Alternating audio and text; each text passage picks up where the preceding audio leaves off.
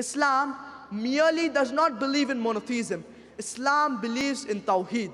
Tawheed comes from the root word wahada, which means to unify, which means to consolidate, which means unification. And there are three categories of Tawheed. Tawheed al-Rububiyyah, Tawheed al-Asma'i wa-Sifat, and Tawheed al-Ibadah.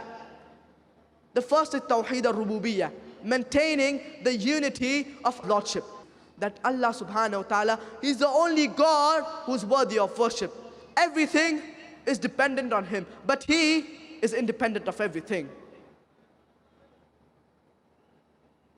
The second category of Tawheed is Tawheed al-Asma'i wa-Sifat. This has further been divided into 5 subheadings. The first is that the names and attributes to give to Allah subhanahu wa ta'ala, it should be as per Allah and His Messenger have given. You cannot give your own names. For example, you cannot say Allah subhanahu wa ta'ala is Al-Ghazab. Though Allah subhanahu wa ta'ala gets angry, you cannot give your own attribute to Him.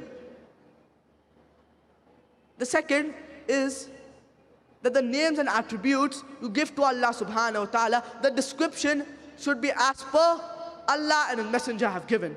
You cannot give your own description. However it is, you have to take it.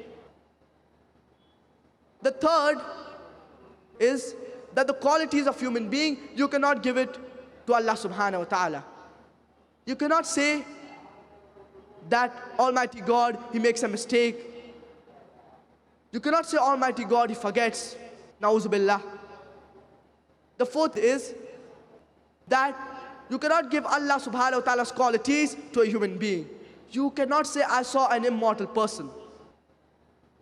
The fifth is that when you give the name of Allah subhanahu wa ta'ala to any human being, you have to add Abd before it. For example, Abdullah.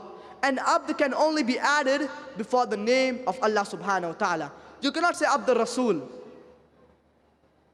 The third category of Tawheed is Tawheed al-Ibadah, maintaining the unity of Allah's worship. That Allah subhanahu wa ta'ala is worthy of worship. You have to worship Allah subhanahu wa ta'ala without associating partners with Him. And if you have the first two categories of Tawheed, Tawheed al-Rububiyyah and Tawheed al-Asma'i wa-Sifat. But if you do not have Tawheed al-Ibadah, then you are committing shirk. And Allah subhanahu wa ta'ala says that the biggest sin in Islam is shirk.